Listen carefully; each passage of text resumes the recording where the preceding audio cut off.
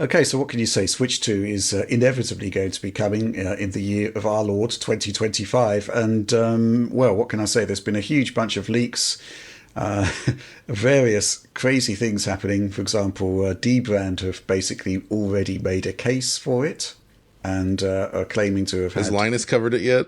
who knows, but they're basically claiming to have laser scanned a Switch 2 production unit. And then we have the curious case of a guy posting on Reddit uh, by a guy with a hacker alias of Next Handheld, who is basically saying he's got the Switch 2.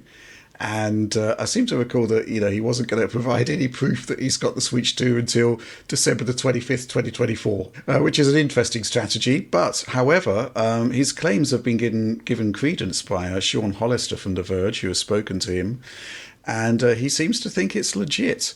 Well, what can I say? Oliver, you've been looking at this. Yes. This is kind of wacky and not really the way a console should kind of be revealed, but here we are. Yeah. I mean, I guess leaks are par for the course, of course, with these kinds of things. Obviously, we saw it with the PlayStation 5 Pro. We knew just about every critical element of the PS5 Pro in, I think, April of this year. Maybe it was March of this year. We knew it pretty early on. And certainly here with the Switch 2, we're learning quite a bit about it ahead of its release date. Most importantly, perhaps, that it is indeed called the Switch 2, apparently, which Nintendo's gotten into trouble with their naming schemes before. I don't think they've ever named a console with a 2 at the end. Like if you think, N64, It's Super true. NES, Wii U, GBA, Game Boy Color, right? 3DS. Closest thing I would say, Oliver, is the Super Game Boy 2. Or the 2DS, but that, that doesn't really count, right? that doesn't really count. incredible. Yeah. And then you look back and there's always some confusion about it. I think probably the low sales of the Wii U in part were probably due to some level of brand confusion with the Wii and what does the Wii U mean in relation to the Wii, right? So I think they're going to benefit potentially from some clarity in terms of their position there and benefit from the huge Switch brand, right? There are some details in here that I think are interesting though out of this report, like the stuff about the magnets. I'm very curious to see how strong that actual magnet mechanism is to being like tilted up and down and back and forth, because that was not perfect on the original Switch unit. It could flex a little bit. Now, obviously, that's been rumored for a little while. It's pretty much nailed on now. But I'm kind of surprised that like little back rotated trigger thing they have going on there is apparently just to physically detach the magnets so that you get that disconnect from the unit there.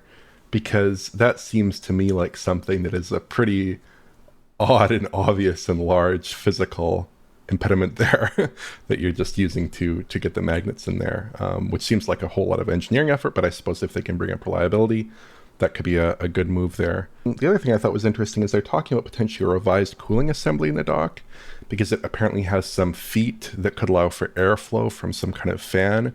But I'm really curious to see what that means, because plastic is a pretty good insulator, and if you have a plastic console and you just blow cold air over it, it's not going to have a huge effect on internal temperatures, right? I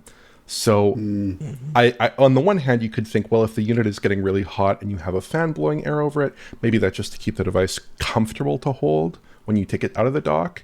But if it was to actually have some role in cooling the internal components of the Switch 2, on like an SoC level, then maybe it would make more sense if like the back of the device had some kind of aluminum component to it, right? Where maybe the heatsink could be hooked up there, and maybe you could actually get some cooling effect from being able to blow cold air over the back of the device because you have a thermally conductive material there. I actually had, this is a bit of a tangent, but I had some pre-Apple Silicon MacBook Pros that always used to throttle, and the solution that I had to deal with those when I was doing various rendering and exporting workloads at prior jobs is I built this little stand with perforated holes in the bottom, and I'd put this huge fan underneath it, and by blowing air onto the bottom of this laptop, I actually got it to stop throttling because it was getting so warm, that chassis was getting so warm, it was actually like wicking heat away from the processor.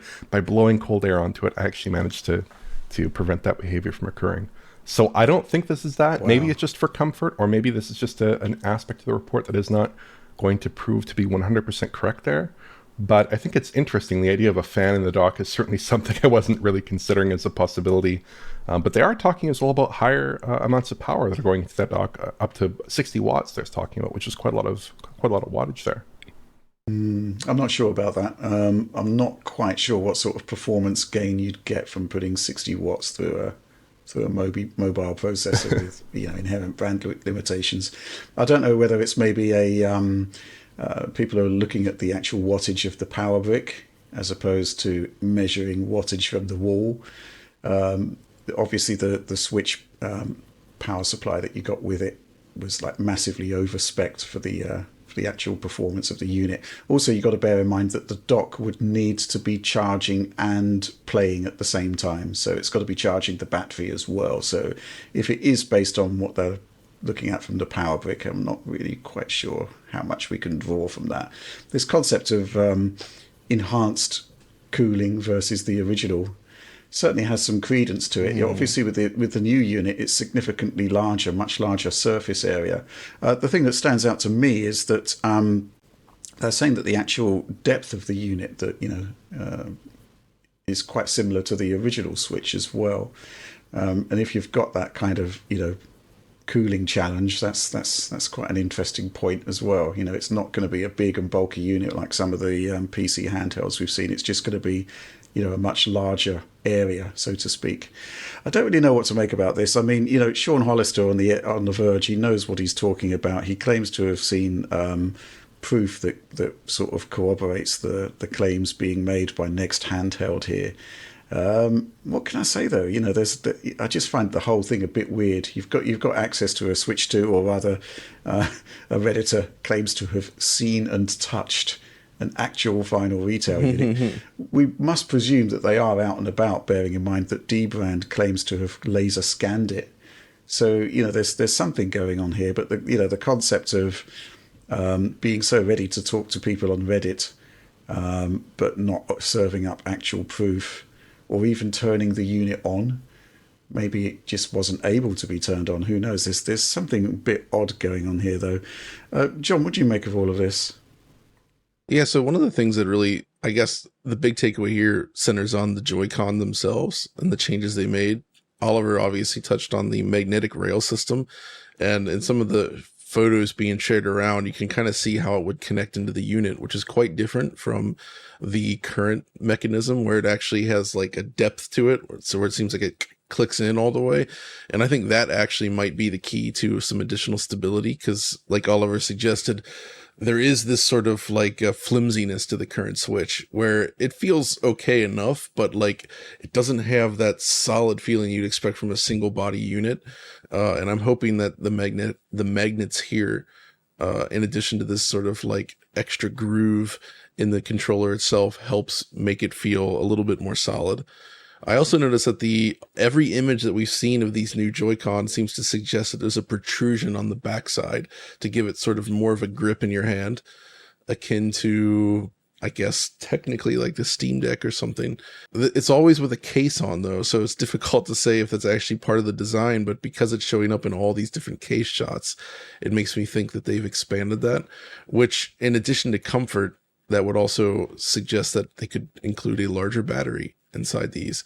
And there's also talk about using magnetic Hall effects joysticks instead, because famously Nintendo never addressed the stick drift issue. It has remained a problem for the Switch even today. I've had issues with the Switch OLED even, which is not that old, I suppose, and have had to replace one of the joysticks in there. Which, by the way, is something you don't necessarily think about, but I swapped the internals on one of my Joy-Con to keep the white aesthetic, because I liked the white plastic on it. Right. But the one I swapped it from was a blue Joy-Con, and I didn't think anything of it until I booted up the system and realized that the system detects it as a blue Joy-Con. There's a little graphic to show that it's blue, right? So each Joy-Con is color-coded to the system as well. So it always shows up as blue. But I hope that the new joystick change solves this issue, and I would imagine it would, because Nintendo is clearly aware of this problem for a very long time, and they've not been able to solve it on the current Switch. So that would be a huge deal, I think, in terms of improving the user experience. I guess the main thing we don't know about the shape, though, is I mentioned the protrusions, is There is the earlier CAD drawings. The only protrusion there was the triggers around themselves, and you can actually see that the ZL and RL triggers are larger, and that also houses the little mechanism for releasing the magnets. But all the cases being shared around show larger protrusions as well for the grips. But I suppose that could just be, again, the cases themselves. So there's still a lot we don't know. The problem, though, with the CAD drawing is that the CAD drawing also only shows a kickstand similar to the Switch OLED. And there's talk in this Verge article about it becoming sort of like a U-shaped kickstand, but that could also be part of the case. So there's still a lot of mystery here. I don't know. Yeah, I mean, just going back to the Verge article, talking about the power situation. The dock rated for 60 watts. Again, the dock would need to be charging the Switch at the same time as actually playing. So, that's going to be significantly higher, as I already said. But the interesting thing here, which has been picked up by some people, the Switch 2 itself is rated for 45 watts. The concept of a Switch 2 drawing 45 watts, that puts it up there with a ROG Ally, but it's kind of not a particularly plausible scenario for a handheld device. Let's say we've been really generous here. Let's say it's got a Steam Deck style, 50 watt hour battery. Basically, that means you get slightly more than an hour of battery life. I don't think Nintendo would ever put out a device that only had that amount of playtime. It's going to be significantly lower. So yeah, I don't really know what to say about that. Other than maybe it could just be the hardware specification, I guess. It's technically it could just be the way that typically power supplies that are given with consoles are typically way over specced compared to actual power draw. The Switch 2 has got to. I mean, we also had that leak of a prototype internal of the Switch 2, and the battery looks very, very small on that. Certainly not 50 watt hours. So I'm quite sort of intrigued to see what all of this is about. Yeah. I think ultimately Nintendo is always going to be prioritizing battery life over performance. Yeah. And it's just down to the developers to kind of work with the constraints that they're given, which, to be fair, they did in spectacular style on the first Switch. Oliver, anything more on this before we wrap it up? Yeah, I could definitely see Nintendo going with a bit more of an aggressive concept for that docked behavior there, because they do have apparently a copper heatsink, 2 fans. If you look at the fan grill there, at least on the sample units that are being passed around in CAD drawings and 3D printed mock-ups, it looks about twice the size of that original Switch unit's fan grill there. So it does suggest a unit that maybe could consume a lot more wattage, but again, in portable mode, would you really want that? Because you probably don't have a much larger battery there. Probably not. But in docked play, you could probably push that up pretty far, I'd imagine, if that's what they want to do to address 4K displays in a more convincing manner. That's personally what I would suspect might be going on there. But certainly the idea of a Switch 2 that's pulling like ROG Ally levels of power through the SoC seems implausible to me. I mean, the ROG Ally has a really meaty cooling assembly, even relative to what we've seen out of the Switch 2 various leaks there. So I would suspect that it would consume a lot less power than a ROG Ally in turbo mode, for instance. That's a lot of power. Yeah, absolutely. I mean, I quite like the idea of actually Nintendo pushing the boat out in terms of power for the docked setup, because that's basically been the major problem from my perspective with the original Switch, is that the gulf in terms of performance and in terms of pixel counts, etc., between docked and handheld play just isn't wide enough, and that basically means that the living room TV experience just isn't really good enough, and I suspect that might be what's going on here. But who knows? I mean, I think what's quite interesting about this is that all of the leaks we've seen thus far haven't actually been anything to do with developer documentation. In terms of the hardware makeup of the Switch, we don't know the Switch 2 rather. We don't really know anything about the tools that developers have got to work with. We don't know anything about the disclosures that Nintendo has made to developers. I find that really interesting, because you would imagine that all of the developers that leaked all of the PlayStation 5 Pro details, those studios are also going to be working on Switch 2. So why that sort of stuff hasn't leaked. what I can say from back in the day with the first Switch, because obviously we had we actually broke the story of what the clock speeds actually were for the original Switch. All I can really say is that it was extremely difficult to get that information. And yet, at the same time, obviously, there's a wealth of developers out there that are working on Switch 2 as we speak. In terms of what we can say, all I can really say is that, well, expect a lot of PlayStation 4 era games being ported to Switch 2. It's just a kind of natural fit, I think. And you've got obviously DLSS to mitigate the resolution differences there. Any more? Should we move on? I think I was just thinking, unrelated to the Switch, but kind of related. When you're talking about clock speeds and power draw and all that, I've been experimenting a lot with the Quest game optimizer on the Quest 3, and that allows you to push the CPU, GPU, and everything up as far as it goes. And it's been interesting seeing how much of performance boost you get from that, but also how much it drains the battery. So I'm curious to know when the Nintendo Switch 2 is eventually cracked, and it will be, what kind of clock speeds we'll be able to get out of this thing and what it'll do to battery life. Yeah. Because like the Quest even like has warnings that pop up and says, oh, you're using a tremendous amount of battery. You should probably enable power save settings. I mean, the thing about the Switch hacking is obviously from Nintendo's perspective, it's not great. But from a Digital Foundry perspective, I mean, last week, they've actually now got arbitrary display frequency working on Switch. You can run it at 50 hertz on a TV. No way. Yeah. That's amazing. There's crazy stuff going on there. It's really fascinating to see this that community, actually happen. these guys. Incredible.